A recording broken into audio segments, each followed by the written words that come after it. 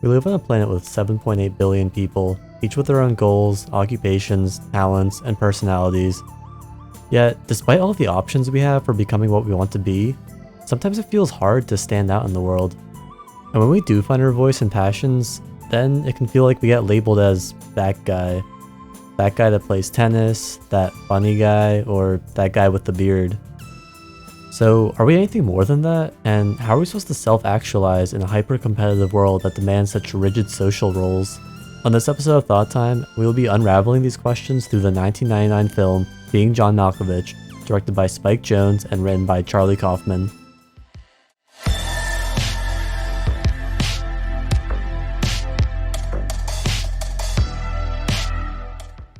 A quick summary for those who haven't seen the film, but I really encourage you to view it for yourself before you watch this analysis. Being John Malkovich follows Craig, played by John Cusack, a struggling puppeteer looking to make a name for himself in the world, all while attempting to pursue an affair with his coworker, Maxine, played by Catherine Keener. After discovering a mysterious hole that leads to the consciousness of the famous actor John Malkovich, he is able to achieve professional acclaim as well as win the attention of Maxine. It is clear that Craig's life revolves around his art of puppetry, from crafting new puppets to performing on the street to being jealous about his more successful puppeteering rival, Derek Mantini. Aristotle defined the soul as the core essence of a living being, and he defined people by how their souls actually express themselves, also known as the theory of self as an activity. Essentially, puppetry is pretty much all Craig does. His entire identity is a puppeteer.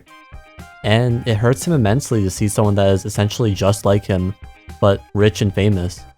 Craig's wife, Lottie, played by Cameron Diaz, even comments that everyone can't be the great Mantini, implying not everyone can be rich and famous from puppeteering, and that Craig should relegate himself to a regular job rather than self-actualizing. And of course, I should define exactly what I mean when I say self-actualizing. The term comes from a psychologist named Abraham Maslow, in which he wrote about a hierarchy of needs that orders our motivations from the bottom to the top of a pyramid.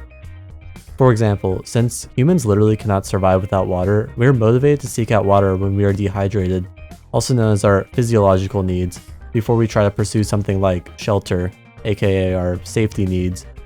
He eventually does get a job as a filer because, once again, he is defined by his finger dexterity.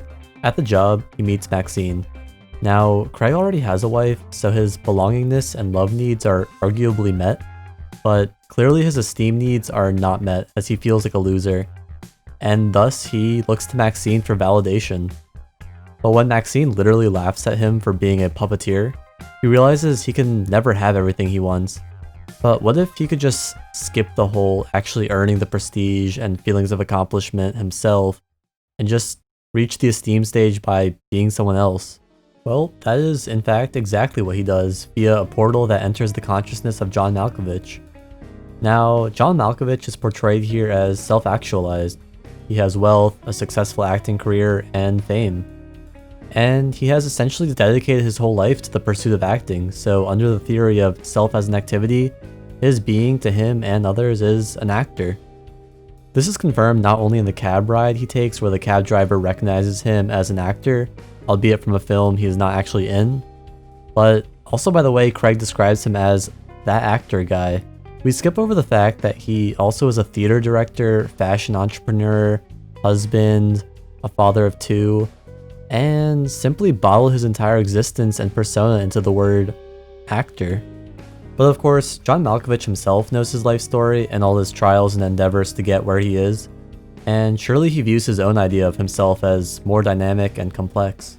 Craig wants to skip all the parts of Malkovich that make him Malkovich, and merely use his fame to further his own agenda with Maxine and puppetry. He views Malkovich as just a body, a tool for his own motives. In this way, maybe the self is just whatever consciousness is, separate from the body. This was proposed by a philosopher and physicist Avicenna in his floating man thought experiment. He argues that if you were born suspended in the air and you had no conception of any sensory input and could not even touch your own body, you would still have consciousness, which is the exact thing that would define you. So once Craig is able to fully control Malkovich like a puppet, he is no longer Malkovich. He is, for all intents and purposes, Craig, but in the body of Malkovich. But is Craig really still Craig, or does something change? His new connections and wealth make his puppeteering career take off, make Maxine fall in love with him, and greatly inflate his ego. He has to pretend to be Malkovich, so really Craig is the one playing a character, and not Malkovich acting as Craig as the film depicts. This corresponds with Daniel Dennett's narrative center of gravity theory, in which the self is seen as more of a type of fiction that we tell ourselves to make sense of us and the world we live in. Although I'm sure Craig is actually great at puppeteering, he is lying to himself if he thinks people love him for his work. They love his work because they love seeing an already famous and established celebrity performing the work, because otherwise people would have appreciated Craig's puppetry before his discovery of the portal. And of course, Maxine only really loves him for the newly acquired wealth and prestige that she can leech off of. He can tell himself that all the praise he is getting is part of his life story, but ultimately it's just a fantasy. Everything he sees in the body of Malkovich may be part of Craig's experience, but it is not part of his identity, as people still attribute everything to the consciousness of Malkovich. But ultimately, his fantasy starts coming to an end as Maxine and Lottie enter Malkovich's subconsciousness. Someone comes up to Craig, who is still in the body of Malkovich, at a bar, and asks him if he is really John Malkovich, to which he vehemently denies.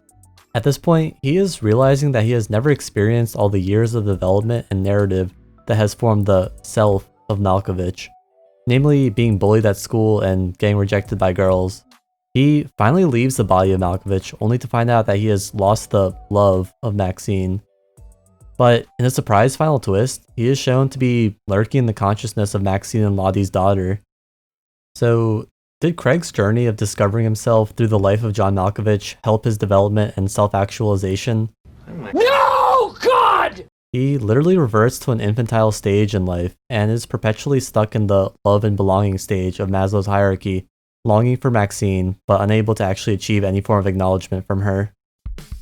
It ultimately shows that to meet our needs and grow as a person, we have to do it ourselves and understand ourselves by ourselves. And it can't just be through an abstract floating consciousness. Our body comes into play too. Our body affects how people perceive us and the experiences we go through, such as Malkovich peeing his pants at a young age and being bullied. Physical experiences influence our subconsciousness, which all become part of our life story, our self. Craig never actually learned who he really was. He just wanted to see what it was like to be in other people's skin, which led him down the path of jealousy and lust. And I only covered a couple different theories of the self in this episode, but ultimately most theories point to the fact that you can never really escape yourself. You can have new experiences, change, meet new people, get more money, etc. But you can't really run from your subconsciousness, and you can't really completely forget about all your previous life experiences and thoughts that have molded your consciousness. As selfish as Craig is, his failure to self-actualize is due to his inability to actually be himself. Craig is a master of puppets, but if he could just master his own life and be happy with himself, then he would be on a much more fulfilling journey of actually self-actualizing. And I think it reminds us, the audience, that if we want to live our best lives, we have to grow and accept ourselves from within, and not view superficial praise, wealth, or romantic interests as milestones of success to define ourselves. Thank you guys so much for watching another episode of ThoughtTime. I had a lot of fun making this episode, and if you enjoyed it, feel free to subscribe and leave your thoughts below. I'll do my best to respond to any questions or discussions you may want to have. And if you're still interested in exploring the theme of identity, you should definitely check out my video on Sorry to Bother You, where I talk about identity and slavery. Thanks again for watching, and until next time, take care.